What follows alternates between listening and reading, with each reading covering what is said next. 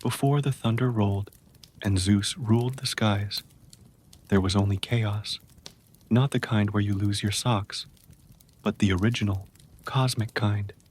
Out of this dreamy void came Gaia, the earth, and Uranus, the sky, who fell in love and began creating children like it was a divine hobby. Their kids were the Titans, enormous, slow-moving beings with names like Oceanus, Hyperion, and Cronus, each one more dramatic than the last.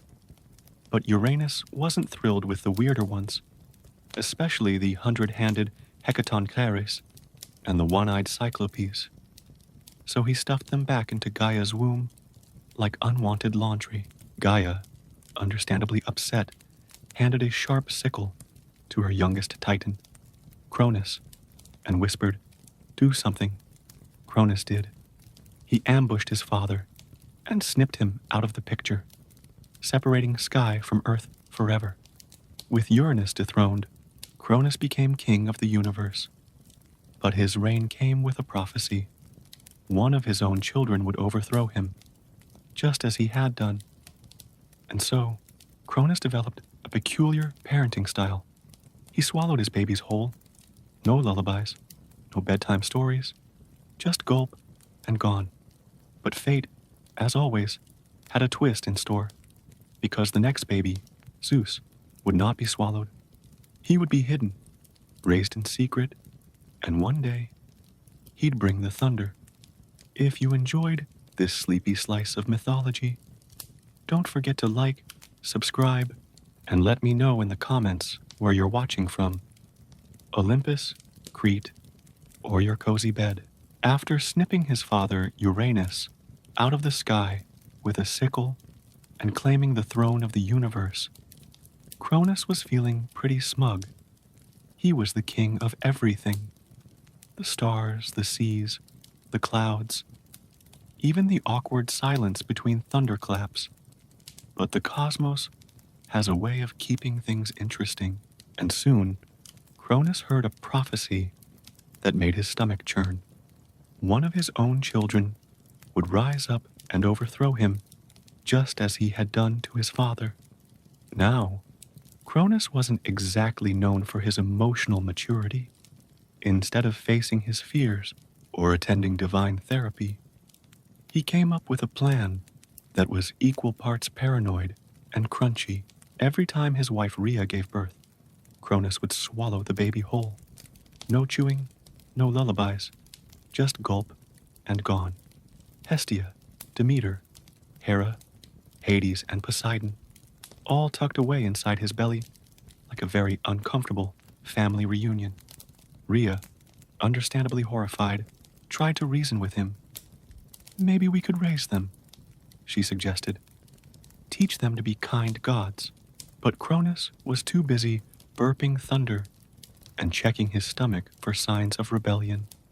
He ruled with fear, thunderous speeches, and a digestive system that doubled as a prison. But fate, as always, was quietly giggling in the background, because the next child, the sixth, would not be swallowed. Rhea had a plan, a secret, a rock, and a baby named Zeus. Cronus was feeling pretty confident.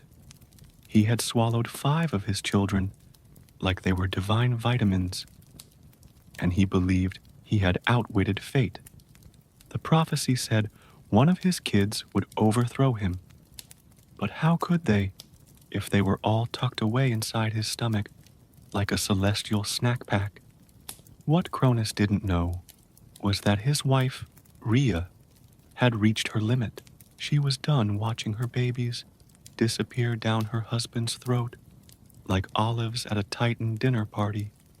So, when she became pregnant with her 6th child, Rhea decided it was time to act. She didn't just want to save this baby. She wanted to save them all. She traveled in secret to the island of Crete, far from Cronus's suspicious gaze, and gave birth in a quiet cave nestled in the mountains. The baby's name was Zeus, and though he was small, He had a spark in his eyes, the kind of spark that said, "I'm going to throw thunderbolts one day." To keep Cronus fooled, Rhea wrapped a rock in swaddling cloth and presented it to him as if it were the newborn. Cronus, ever the paranoid, but not exactly the observant type, swallowed the rock without a second thought. Somewhere in his belly, the stone joined the rest of his children, who were probably wondering why their new sibling was so quiet and oddly shaped. Meanwhile, baby Zeus was safe in the cave, being raised by nymphs and a magical goat named Amalthea. She fed him sweet milk and kept him warm with her woolly side. The cave echoed with lullabies and the soft bleating of bedtime stories. Zeus grew up surrounded by nature, love, and the occasional thundercloud. He played with pebbles that would one day become thunderbolts, and he practiced his god voice. Though it mostly came out as adorable baby babble, the nymphs taught him about the stars, the earth, and the sky. They whispered stories of his siblings, still trapped inside Cronus, and of the prophecy that said he would one day rise up and set them free. Zeus didn't understand it all yet. He was still learning to walk without tripping over goat hooves.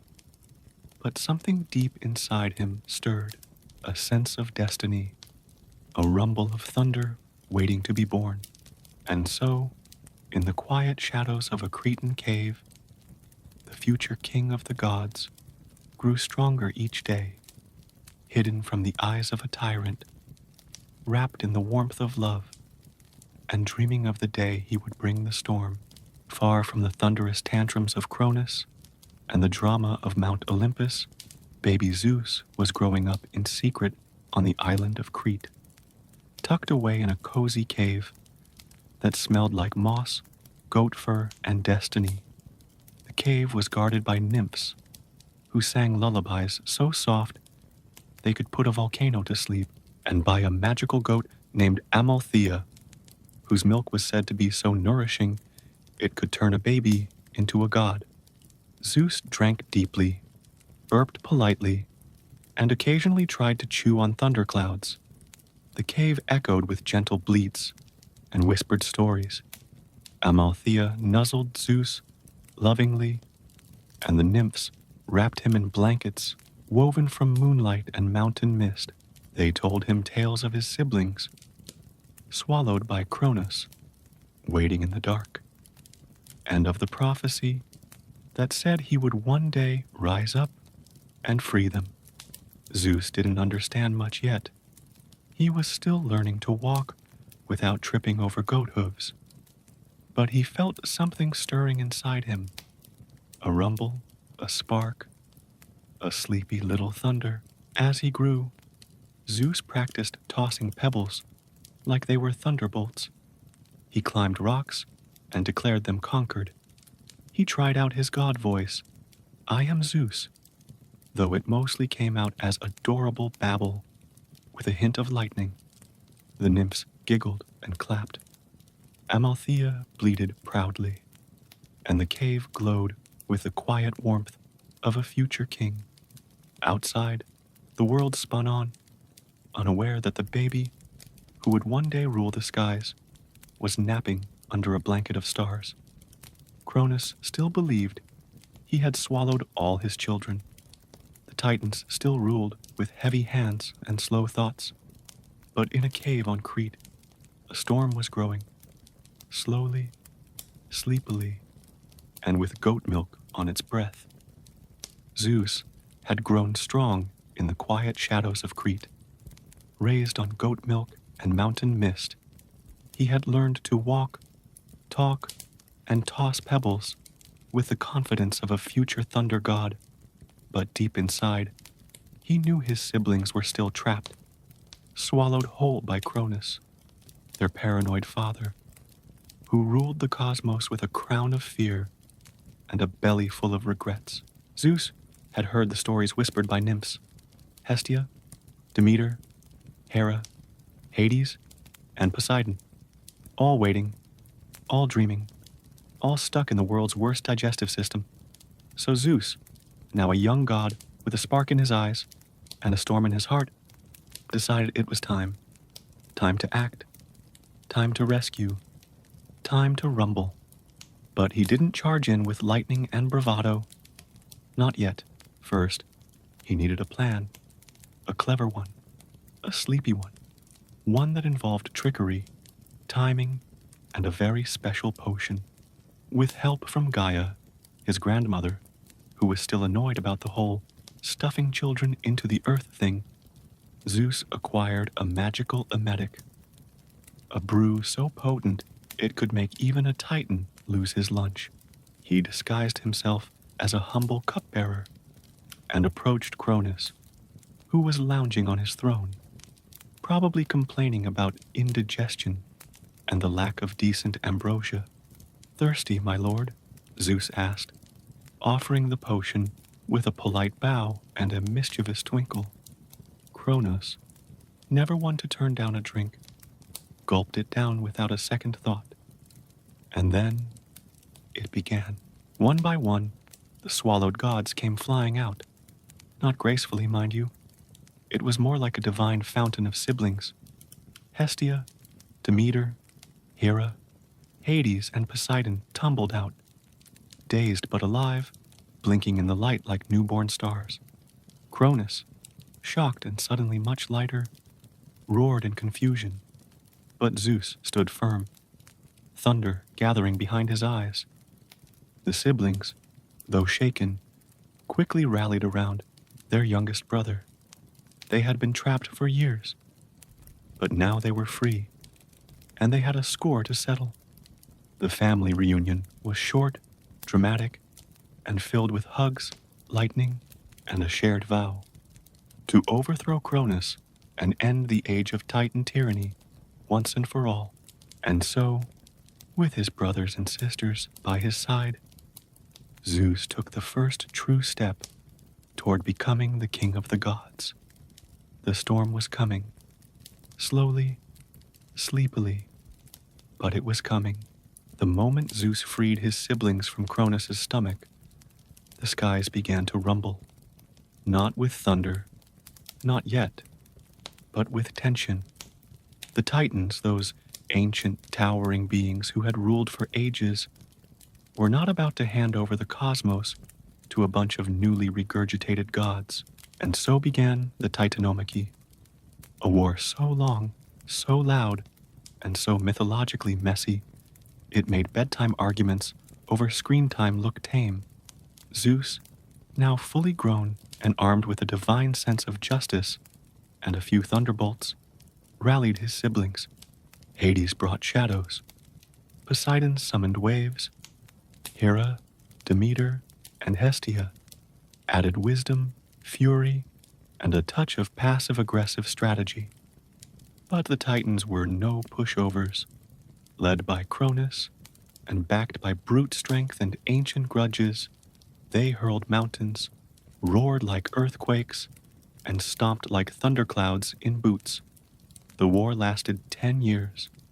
10 years of sky-shaking battles, lightning storms, and dramatic speeches shouted across valleys. Zeus knew they needed more help, so he descended into Tartarus, the deepest, darkest pit of the underworld, and freed the Cyclopes and the 100-handed ones, who had been imprisoned by Cronus long ago. The Cyclopes, grateful and slightly eccentric, gifted Zeus his signature weapon, the thunderbolt.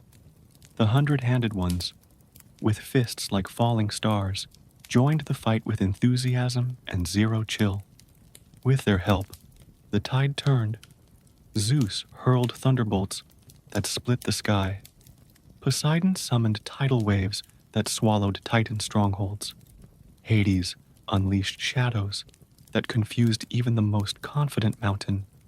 The final battle shook the very bones of the earth.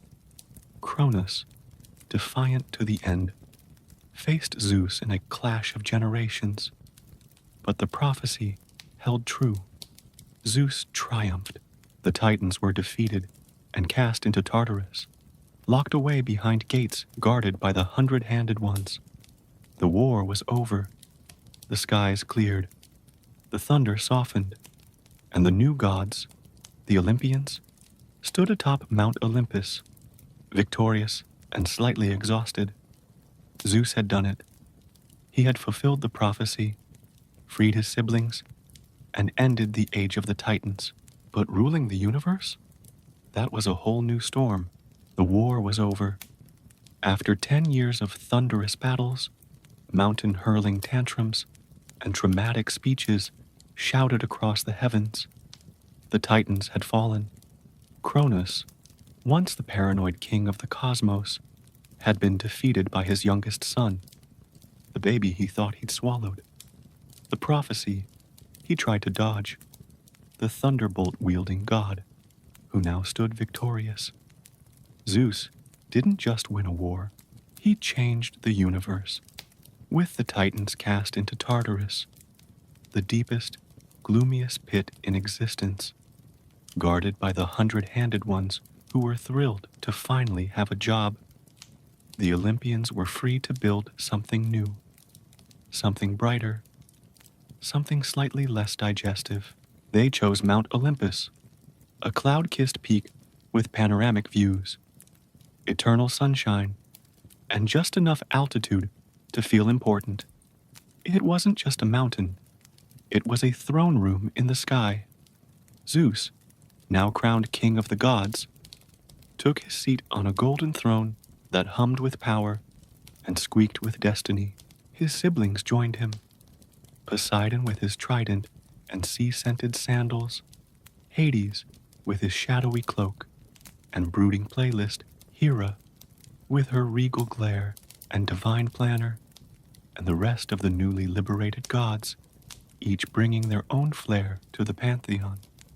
But ruling the universe wasn't all lightning bolts and ambrosia. Zeus had to organize the cosmos, assign domains, and manage divine personalities that were louder than thunder. He gave Poseidon the sea, vast, mysterious, and full of dramatic waves. Hades got the underworld, dark, moody, and perfect for someone who liked solitude. Zeus kept the sky for himself. The clouds, the stars, the storms. Olympus became the center of divine life, a place of feasts, arguments, prophecies, and the occasional romantic scandal. The gods built temples, inspired mortals, and occasionally turned into animals for reasons that were never fully explained. But through it all, Zeus ruled, sometimes wisely, sometimes impulsively, always dramatically. The age of the Titans was over. The age of Olympus had begun, and somewhere, deep in Tartarus, Cronus probably muttered, "I knew that rock felt suspicious." After the dust of war had settled, and the Titans were safely locked away in Tartarus, with a 100-handed security team and zero chance of parole, Zeus stood atop Mount Olympus, wind in his curls, thunder in his chest, and a brand new title echoing through the heavens, King of the Gods. It wasn't just a fancy name.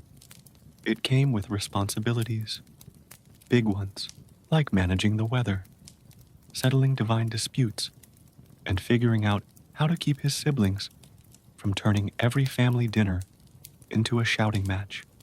Zeus had won the war, but now he had to rule, and ruling the cosmos was a full-time job with no vacation days. His throne sat high in the clouds, carved from celestial stone and upholstered in lightning. From there, he could see everything. The oceans Poseidon ruled, the underworld Hades brooded over, and the mortal world below, bustling with prayers, sacrifices, and the occasional goat offering. Zeus liked the view. He liked the power, and he especially liked the thunderbolt, a gift from the Cyclopes that he now carried like a divine remote control. One zap could silence a storm, smite a liar, or toast a marshmallow. though he rarely did the last one. Too sticky. But being king wasn't all lightning and glory. Zeus had to hold council meetings with gods who never agreed on anything. He had to listen to Hera's complaints, usually about his extracurricular activities, mediate arguments between Apollo and Artemis over who got the better temple, and occasionally stop Ares from declaring war on random things like clouds or shadows. Olympus was beautiful, yes, but it was also loud, dramatic, and full of immortal egos. Still, Zeus ruled with a booming voice and a twinkle in his eye. He made laws, handed out punishments, and tried, with mixed results, to keep the peace. Mortals worshipped him, poets praised him, and statues of his bearded face popped up in temples across the land. He was the Sky Father, the Stormbringer, the King of Olympus. And yet, even with all that power, Zeus still found time to nap on his throne, dream of thunder, and occasionally wonder if ruling the universe was harder than winning it. After the Titans were defeated and Olympus was officially open for divine business, the three most powerful brothers in the cosmos, Zeus, Poseidon, and Hades, stood together atop the mountain, staring out at the vastness of creation. The war was over, the thunder had quieted, and now came the most important question of all. Who gets what? They had inherited a universe, a big one, full of stars, oceans, clouds, caves, and mortals who were just starting to figure out how to build temples and invent drama. But dividing it wasn't easy. Each brother had a different vibe.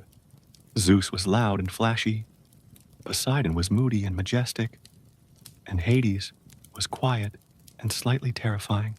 So, instead of arguing, which they were very good at, they decided to settle it the old-fashioned way, by drawing lots. Yes, the fate of the cosmos came down to a divine lottery.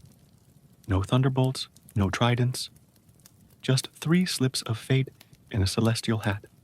Zeus drew the sky, the clouds, the storms, the stars, and the throne of Olympus.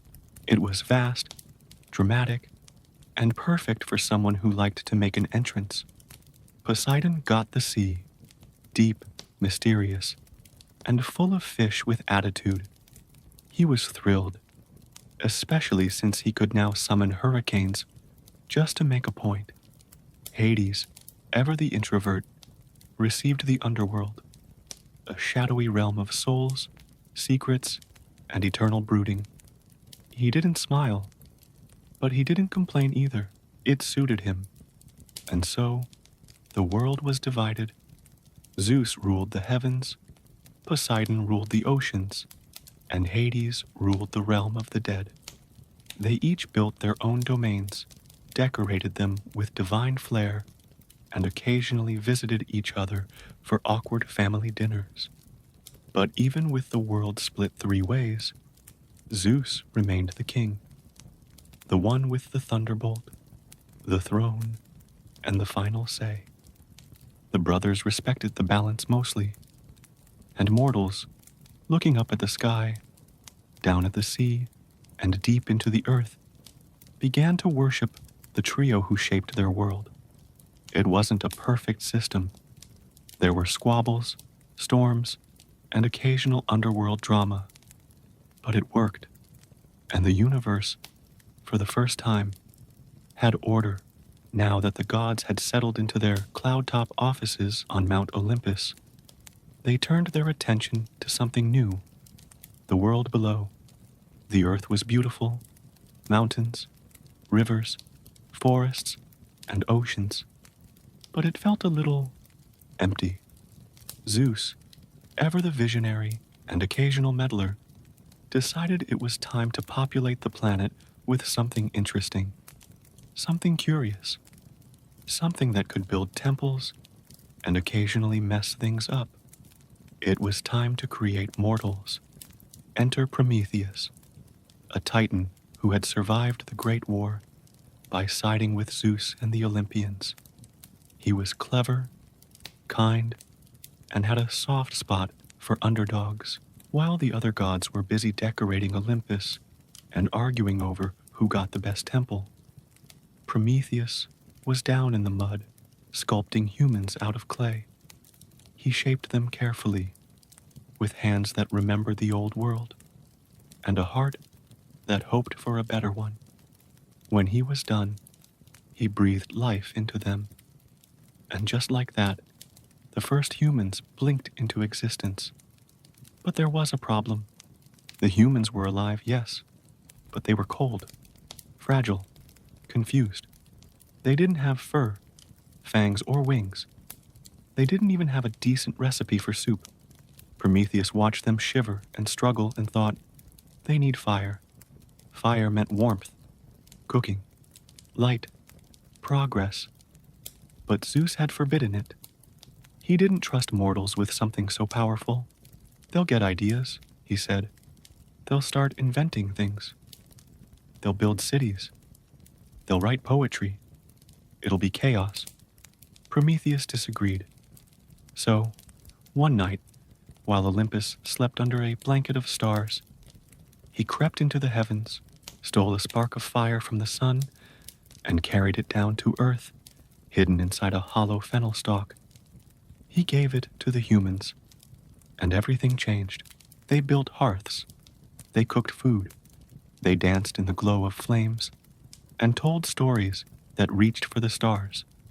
Zeus, of course, was furious, not just because Prometheus broke the rules, but because he had done it out of love, out of compassion, out of belief in something Zeus wasn't ready to trust. Humanity. The fire had been given, the spark had been lit, and though Zeus would soon strike back with thunderous punishment, the world below had changed forever. The mortals had fire, and with it, they had hope. Prometheus had done something bold, something kind, something deeply irritating to Zeus. He had stolen fire from the heavens and given it to mortals, a flickering gift of warmth, light, and possibility. The humans, once cold and confused, now danced around campfires, cooked their food, and began inventing things like wheels, bread, and bedtime stories. It was beautiful, it was hopeful, and Zeus absolutely hated it. To Zeus, fire wasn't just a tool, it was power, divine power, and Prometheus had handed it to creatures who still tripped over their own feet and occasionally worshipped tree stumps. Zeus saw it as betrayal, a challenge, a titan daring to defy the king of the gods. And if there was one thing Zeus didn't tolerate, it was being upstaged by someone with better morals and a fennel stalk. So, Zeus decided to make an example of Prometheus. Not a quick punishment, not a stern lecture. No, something dramatic, something eternal, something that would echo through bedtime stories for centuries. He had Prometheus chained to a lonely rock high in the Caucasus Mountains, where the wind howled like forgotten prayers, and the stars blinked in sympathy. There, the Titan was bound, not with ordinary chains, but with unbreakable links forged by Hephaestus himself, the god of fire and forge, who, ironically, owed his job to Prometheus's gift. But the worst part wasn't the chains. It was the eagle. Every day, an enormous eagle, Zeus's personal liver-pecking specialist, would swoop down and feast on Prometheus's liver. Every night, the liver would grow back, and every morning, the eagle would return, punctual and hungry. It was a punishment designed not just to hurt, but to last forever. And yet, Prometheus endured. He never begged, never apologized. He believed in what he had done. He believed in humanity, in their potential, in their spark. Far below, the mortals kept their fires burning. They told stories of the Titan who had suffered for them, and somewhere in the shadows of Olympus, even some of the gods began to wonder if maybe, just maybe, Prometheus had been right. But Zeus watched from his throne, thunderbolt in hand, and reminded the cosmos, defy the king and you'll feel the storm. After Prometheus gave fire to humanity and Zeus chained him to a rock with a liver-hungry eagle, the king of the gods wasn't quite done being dramatic. He didn't just want to punish Prometheus. He wanted to teach all of humanity a lesson, a big, mythological, don't mess with the gods kind of lesson. So, Zeus came up with a plan. A beautiful, glittering, gift-wrapped plan. He created the first woman. Her name was Pandora, which means all gifted, because each god gave her something special. Aphrodite gave her beauty. Hermes gave her charm. Athena gave her grace. And Zeus gave her curiosity and a jar. Yes, it was originally a jar, not a box. But Pandora's jar just doesn't have the same bedtime ring to it. The jar came with one rule: don't open it. Naturally, that made Pandora want to open it even more. She was sent down to Earth, where she lived among the newly fire-warmed humans. She was kind, clever, and endlessly curious. But the jar sat in the corner of her home like a whisper. It hummed with mystery. It practically begged to be peeked into. One day, maybe out of boredom, maybe out of wonder, maybe because bedtime stories need plot twists, Pandora lifted the lid, and out it came. Not butterflies, not glitter, but sorrow, pain, disease, jealousy, anger, all the things that had never existed before. They swirled into the world like a storm of invisible bees, stinging humanity with suffering. Pandora slammed the lid shut, but it was too late. The jar was nearly empty. Nearly. Because at the very bottom, curled up like a sleepy ember, was one last thing. Hope. Hope stayed. Hope lingered. Hope whispered to the mortals that even in a world full of trouble, there was still light, still warmth, still something worth dreaming about. Zeus watched from Olympus, satisfied. His message had been sent. Mortals would now live with hardship, but also with resilience.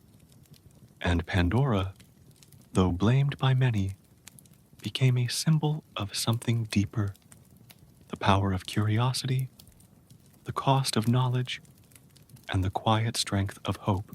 Now that Zeus was king of the gods, ruler of the skies, and owner of the most dramatic throne in the universe, you might think he'd settle down, focus on governance, and maybe take up cloud sculpting. But no, Zeus had other interests, specifically love, or more accurately, lots of love. And not just with goddesses. Mortals, nymphs, and the occasional river spirit all found themselves caught in the whirlwind of Zeus's affections. Let's start with Hera, his sister and queen. Yes, it's weird, but in ancient mythology, divine family trees are more like tangled vines. Hera was regal, powerful, and not exactly thrilled about Zeus's wandering heart. Still, she married him, and together they ruled Olympus. Their relationship was a mix of thunderous arguments, dramatic reconciliations, and passive-aggressive glances across the divine dinner table. They had children too, including Ares, god of war, Hebe, goddess of youth, and Hephaestus, god of fire and forge, who may or may not have been thrown off Olympus as a baby. Long story. But Zeus didn't stop there. He fell for Leto, who gave birth to the twin gods Apollo and Artemis. He pursued Semele, a mortal princess, and fathered Dionysus, the god of wine and wild parties. He transformed into a swan to woo Leda, into a bull to carry off Europa, and into a golden shower, yes, really, to reach Danae, who would become the mother of Perseus. Zeus was basically the original shapeshifter, using his divine powers not just for thunder, but for romance, or, depending on your perspective, for chaos. Each love story came with consequences. Jealous Hera often took revenge, not on Zeus, but on the women and children involved. Mortals caught in Zeus's gaze often found their lives turned upside down, sometimes elevated to greatness, other times cursed with tragedy. And the family tree? It grew wild and wide, filled with heroes, demigods, and enough drama to fuel 1,000 bedtime tales. But through it all, Zeus remained Zeus, passionate, unpredictable, and larger than life. His loves shaped the myths, the heavens, and the world below. And while his thunderbolts could shake the sky, it was his heart, wild, wandering, and full of fire, that truly stirred the stories of gods and mortals alike, as the world filled with mortals, building cities, lighting fires, and occasionally forgetting to say thank you to the gods. Zeus began to notice something troubling. Humanity, once humble and grateful, had grown noisy, chaotic, a little too confident. They were ignoring the temples, skipping sacrifices, and throwing parties that didn't even include a single hymn. To Zeus, this wasn't just rude, it was cosmic disrespect. So, he decided to hit the reset button, not with thunderbolts, not with plagues, but with water. Zeus summoned a flood, a great, sweeping, sky-sobbing flood that would wash away the noise, the arrogance, and the mortal mess. Rivers overflowed, oceans surged, rain poured from the heavens like divine tears. The world became a bathtub of mythic proportions. But not everyone was doomed. Enter Deucalion and Pyrrha, a married couple, wise and kind, and conveniently the son and daughter of Prometheus and Epimetheus. Prometheus, still chained to his rock, but always thinking ahead, had warned Deucalion of the coming flood, so the couple built a chest, not quite an ark, but close enough, and climbed inside as the waters rose. For 9 days and nights they floated, past mountaintops, temples, and soggy statues. The world was quiet again, just water, sky, and 2 humans holding on to hope. Eventually, the flood receded. The chest landed on Mount Parnassus, and Deucalion and Pyrrha stepped out into a world scrubbed clean. No people, no cities, just silence and possibility. They wanted to repopulate the earth, but there was no instruction manual, so they prayed to the gods, asking for guidance. The answer came in a riddle. Throw the bones of your mother over your shoulder. Now, in mythology, riddles are never straightforward, but Deucalion and Pyrrha understood. Mother meant Gaia, the earth, and her bones? Stones.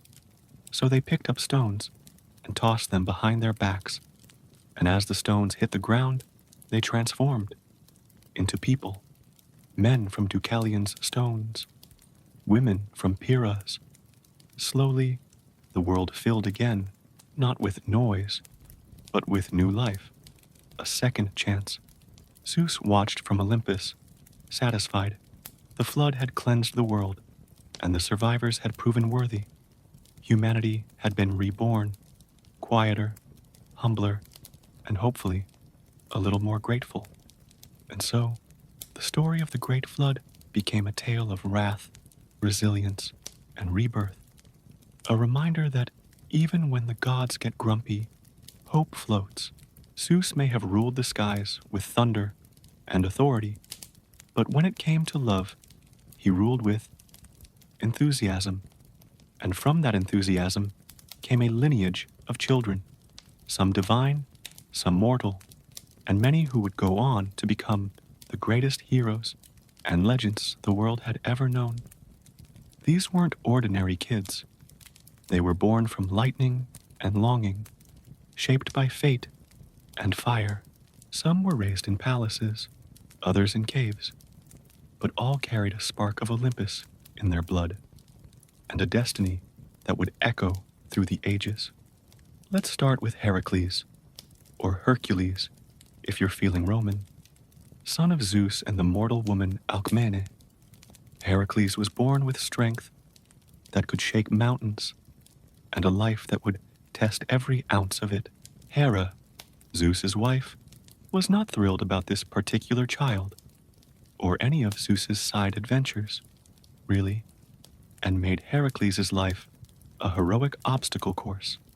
He completed 12 impossible labors, including wrestling lions, capturing monsters, and cleaning the world's smelliest stables. In the end, he earned immortality and a seat among the gods. Not bad for a kid who started life dodging divine wrath. Then there was Perseus, born of Zeus and Danae, who had been locked in a bronze tower to avoid a prophecy. Spoiler, it didn't work. Zeus visited her as a golden shower. Yes, still weird. And Perseus was born. He grew up to slay Medusa, rescue Andromeda, and invent the Don T look directly at the monster strategy that is still popular in horror movies today. Helen of Troy, the face that launched 1,000 ships, was also said to be Zeus's daughter, born from an egg after he transformed into a swan and wooed Leda. Her beauty sparked the Trojan War, proving that even divine genetics can cause epic drama. And let's not forget Dionysus, god of wine, theater, and joyful chaos. His mother, Semele, was a mortal who asked to see Zeus in his true form, and was instantly vaporized by divine radiance. Zeus saved the unborn Dionysus by sewing him into his thigh. Yes, his thigh. And when the baby was ready, he was born again, the only god with a double birth certificate. These children of Zeus weren't just strong or beautiful. They were bridges between gods and mortals. They faced monsters, quests, jealous stepmothers, and impossible odds. But they also inspired songs, built cities, and reminded the world that greatness often comes from the most unexpected unions. Zeus watched them from Olympus, sometimes proud, sometimes amused, sometimes nervously checking if Hera had found out. His children filled the world with stories, and those stories became legends, and those legends, they became bedtime tales, whispered under starlit skies, where mortals still dream of gods. Zeus may have been the king of the gods, ruler of the skies, and occasional romantic whirlwind, but he was also the enforcer of divine order. And when someone, mortal, god, or titan, stepped out of line, Zeus didn't just raise an eyebrow, he raised a thunderbolt. His punishments weren't random. They were dramatic, symbolic, and often involved a lot of sky-based special effects, because when Zeus struck, the whole cosmos paid attention. Let's start with Prometheus, the titan who gave fire to humanity. We've met him before, kind-hearted, clever, and just rebellious enough to annoy Zeus. For stealing fire and defying divine orders, Zeus chained him to a mountain and sent an eagle to peck at his liver every day. It was a punishment designed not just to hurt, but to last forever. Spoiler, Heracles eventually freed him, but Zeus made sure it took a while. Then there was Sisyphus, a mortal king who cheated death not once, but twice. He tricked Thanatos, the god of death, and even tried to escape the underworld. Zeus was not amused. So he sentenced Sisyphus to an eternal workout, rolling a boulder up a hill, only for it to roll back down every time he got close to the top. No gym membership required, just endless frustration. Tantalus was another mortal who dined with the gods and then stole ambrosia and nectar to impress his friends. Worse, he served his own son as a meal to test the gods' wisdom. Zeus punished him with eternal thirst and hunger, standing in a pool of water beneath fruit-laden branches, but never able to drink or eat. Everything stayed just out of reach, like a divine prank with serious consequences. Even gods weren't safe. Apollo and Poseidon once tried to overthrow Zeus. As punishment, he made them work for a mortal king, building walls and herding cattle. Imagine two powerful gods doing manual labor because they got too ambitious. Zeus didn't just punish with pain, he punished with humility. And of course, there was Hera, his own wife. When she tried to rebel against him, Zeus hung her from the sky with golden chains until she promised to behave. Their marriage was full of thunderous arguments and dramatic reconciliations. But Zeus always made sure the balance of power tilted toward Olympus's throne. Zeus's punishments weren't just about revenge. They were lessons, warnings, cosmic reminders that order mattered, and that even the mightiest could fall if they forgot who held the thunderbolt. But he wasn't cruel for cruelty's sake. Sometimes his wrath led to redemption. Mortals learned, gods grew wiser, and the stories, oh, the stories, became the myths we still whisper under starlit skies. Mount Olympus may have sparkled with divine glory, but behind the golden thrones and ambrosia feasts, it was also home to one of the most complicated families in all of mythology. At the center of it all stood Hera, queen of the gods, goddess of marriage, and wife to Zeus, the thunder-hurling king with a wandering heart and a very flexible definition of loyalty. Hera was powerful, regal, and fiercely proud. She ruled beside Zeus, not beneath him, and she took her role as queen seriously. But there was one thing she couldn't stand: betrayal. And Zeus, unfortunately, was a repeat offender. His romantic escapades, with goddesses, mortals, nymphs, and even the occasional cloud, were legendary. And Hera? She kept score. Her jealousy wasn't petty. It was cosmic. When Zeus fell for Io, Hera turned the poor girl into a cow and assigned a 100-eyed guard to watch her. When he pursued Semele, Hera tricked her into asking Zeus to reveal his true form, which vaporized her instantly. When Leto was pregnant with Zeus's twins, Hera banned her from giving birth anywhere the sun touched. Leto eventually found a shady island loophole. But Hera didn't just punish Zeus's lovers. She often targeted their children too. Heracles, Zeus's son by Alcmene, became the focus of Hera's wrath. She sent snakes to his crib, drove him mad, and made sure his heroic life was filled with trials. Yet despite her fury, Heracles endured, and eventually earned Hera's grudging respect. The divine family was full of tension. Ares, the god of war, was Hera's son, loud, aggressive, and constantly fighting with Athena, Zeus's daughter, born from his forehead. Yes, forehead. Hephaestus, the god of fire and forge, was either Hera's son alone, or the result of a very awkward union, and she once threw him off Olympus for being imperfect. Family dinners were complicated and yet For all the jealousy and drama, Hera remained a central figure in the mythological world. She protected marriage, punished oath breakers, and reminded everyone that even gods have feelings: pride, pain, and the desire to be respected. Zeus may have ruled the skies, but Hera ruled the heart of Olympus. Her storms weren't just thunder, they were the echoes of love, betrayal, and the eternal struggle to be seen. The Trojan War wasn't just a clash of armies, it was a divine drama, with gods and goddesses picking sides, meddling in battles, and whispering fate into the ears of heroes.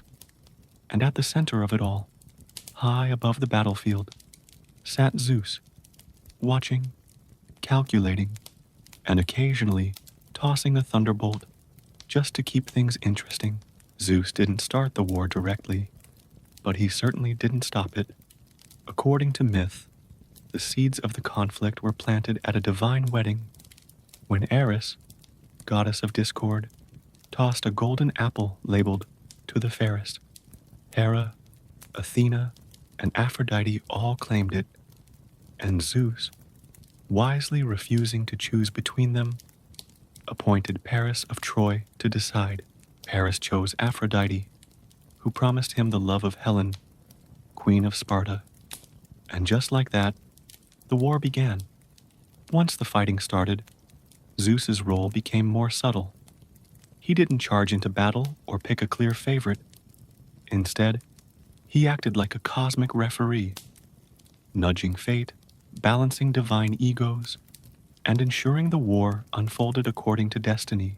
He initially leaned toward the Trojans, partly out of affection for Thetis, mother of Achilles, and partly to honor a promise that Achilles would gain glory. But Zeus wasn't consistent. He allowed the gods to interfere, then scolded them when things got too chaotic. He sent omens, manipulated weather, and occasionally tipped the scales in favor of one side or the other. His goal wasn't victory, it was balance. He wanted the war to play out as fate intended, with heroes rising, falling, and earning their place in legend. One of Zeus's most dramatic interventions came when he agreed to let Hector, the Trojan prince, shine in battle, knowing full well it would lead to Hector's death. He didn't stop the tragedy. He allowed it, because in Zeus's view, fate was sacred, and even gods must respect its path. Throughout the war, Zeus remained above the fray, emotionally distant, strategically involved, and always watching. He didn't fight, but he shaped the fight. He didn't bleed, but he decided who would. And when Troy finally fell, Zeus had already turned his gaze to the next chapter of mortal drama. Every great ruler has their symbols: a crown, a scepter, maybe a fancy robe. But Zeus had the ultimate mythological starter pack: a thunderbolt that could split mountains, an eagle that soared like fate itself, and a throne that touched the stars. Let's start with the most iconic, the thunderbolt. Forged by the Cyclopes during the Titanomachy, this wasn't just a flashy weapon, it was a cosmic remote control. With a flick of his wrist, Zeus could silence storms, punish liars, or send a very loud message to anyone who forgot who ruled the skies. The thunderbolt was more than lightning. It was justice, authority, and drama, all wrapped in a crackling streak of divine power. Then there was the eagle, Zeus's sacred animal and his personal messenger. Strong, sharp-eyed, and regal, the eagle symbolized Zeus's watchful presence over the world.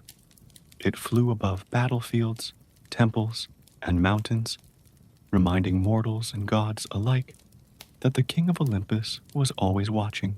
In some myths, the eagle even carried Zeus's thunderbolts, like a winged delivery service of divine judgment.